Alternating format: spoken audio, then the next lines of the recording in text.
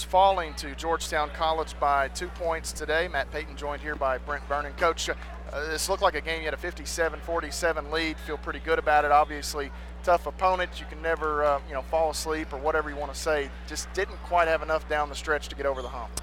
No, we didn't. Obviously, they're a very good team, and there's a reason they were picked to win the conference. They've won multiple conference championships, and they've been here and they've done this very well. It reminded me a little bit of Xavier. We got up 10 and thought we relaxed just a little bit, and I did a bad job. We were prepared, and we did a good job for about 35 minutes. In the last 5 minutes, we struggled a little bit, and there were some miscues, and I'm going to take full blame for that. Well, this is a close game with a top 10 opponent on the road, and obviously your most difficult test of the season. Georgetown, you mentioned, a national power throughout. It was kind of a weird environment because they didn't have the crowd that you're so used to seeing. They didn't have maybe the bench depth. This was a game that it's kind of fought in boxing range, so to speak. You knew what you had, they knew what they had, and those guys roll the ball out and play, and it, down to the wire. I think on the road in these tough matchups, a lot of times all you can hope for is a chance down the end, the last possession or so. I don't disagree with that. I thought it was a good crowd for a Christmas holiday.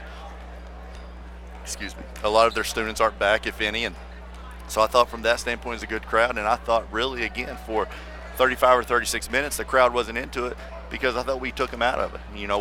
We did a very good job for most of the game in a lot of areas. There were some areas that we obviously struggled with and needed to do better, but our game plan was the right game plan coming into today, and that's the reason we had the lead for so long. And then, the last few minutes we had a few blunders, and like I said earlier, I will take the blame for those blunders, and I've got to do a better job down the stretch. Slow start for Drew. He struggled shooting a bit in the first half. All in all, in the second half, he kind of goes nuts, really. 21 points he finishes with today, and they really didn't have a great answer for him down low unless they were trying to double. Right, and I mean, we're not going to change what we do. Drew's a focal point of our offense, and a lot of it revolves around him. And I told him at halftime, and our guys echoed it. We're going to continue to feed you the ball, get in a rhythm, slow down just a little bit.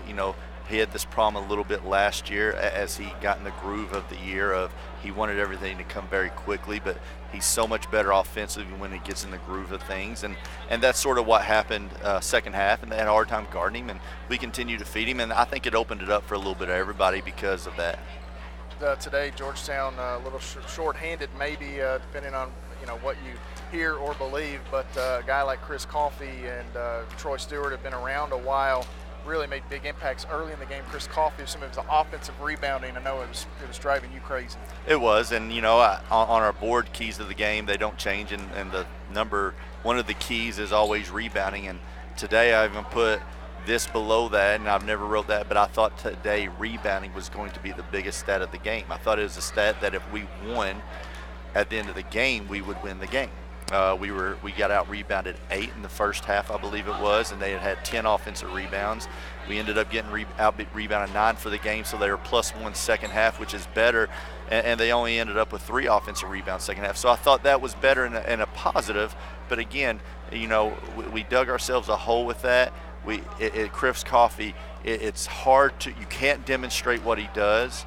You can't practice it because he's got a special motor. He's one guy that we knew would be hard to contain because of his rebounding, and that's where he got a lot of his buckets today. You did a terrific job on Troy Stewart today. I think if I would have told you before the game that you would hold Stewart 4 of 16 from the floor at 10 points he finishes with on 16 shots, you would have taken that. Just some of those other guys. Jacob Conway had a big day for Georgetown. Yeah, and those are good players. I'm going to say I think Troy is their most talented offensive guy, and it was something that we really put a lot of emphasis in coming into today. And Conway, he made 2 big shots. He started out of the half with a 3, and we had a blown assignment with about 5 minutes ago with the 10-point lead, and he had a wide open shot in the other corner and knocked it down, and that's sort of where the momentum changed a little bit. Actually, we were just up 9. We were at the free throw line hoping to get it to 10, missed it, and they get a 3 in the corner. And then you got to give credit to Broderick Jones. I'm going to say coming into today, I think he was he had four makes on the year, and his percentage was low. And I do think he likes to shoot the 3, maybe settle a little bit. but he jumped up and made 2 huge ones late. And there were shots that we weren't trying to give up, but of the offense that they were running, I mean, that's the one, you look at the statistics, that's the one that you're going to live with. And he jumped up and made 2 big shots.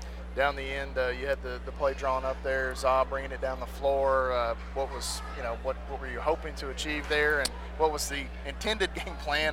Whenever we were down 2. Yep. Well, we just ran a little curl action, and whenever we threw it into him, he had a little bit of an advantage, and we wanted Drew setting a ball screen at half court to where then we made it 2-on-2 with him and Hagan.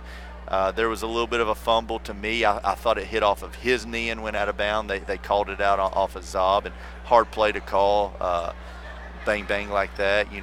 It goes back whenever we had the ball tied with 40 seconds to go. The shot that we got on that one wasn't the one we wanted. They did a good job of taking Zob away from inbounding. We got it into JD, and he needs to be able to realize that ball has to get to Zob or Jacob so we can run our play. As a senior, I understand he wants to make plays and do some things, but going one-on-one at that point in time probably isn't our best option. And again, that goes to me. I have to do a better job of communicating with them and making sure we understand to get the exact shot we want to get in that situation.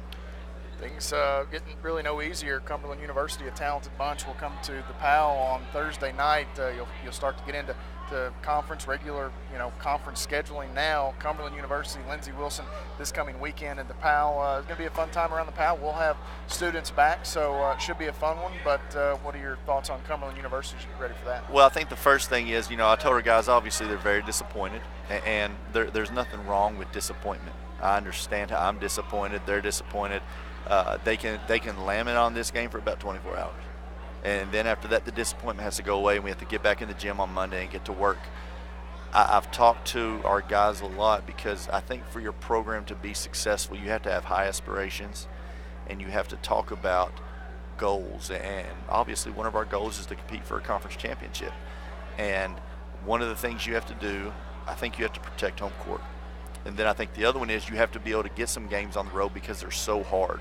For instance, today, I mean, it was right there in our grasp, and we did. We let it slip away, but we have to be able to steal some on the road because it's hard to win on the road. So we have to put this game behind us because Cumberland U and Lindsey are both very good teams. I haven't watched any, I'll be honest. That's the reason I'm sort of avoiding your question. I don't know. No, I know they have a very talented team. Andrew Rogan's back and having a good year. They've got one of the most athletic, talented players in Tyshawn Powell back. They've got a transfer from East Tennessee State that plays off the ball who's very talented. After that, I really don't know much. And again, it goes back to we have to be able to protect home court if as the season goes on if we want to have a chance. It reminds me a lot of last year. We had a very good record coming out of non-conference. We played Georgetown at home. We had a very good chance to win that game, came up a little short. From that game, we then went on the road for 2 tough games at Life and Cumberland, University of the Cumberlands, and lost them both. And then we started maybe making a few changes, but I thought we let the Georgetown game affect us so much moving forward. The disappointment of letting it slip away, and that's the big thing we can't have happen now. We have to be able to move past this game and focus on the next one at hand because the next 2 are very important for us moving forward. And they're 2 games that we have a chance to win, but we're playing 2 very good teams. Coach, thanks for stopping by, and we'll do it again, I guess, on Thursday. Yes, sir. Thanks, Matt. Coach Brent Vernon and the Tigers here falling this evening to Georgetown. Final score 69-67.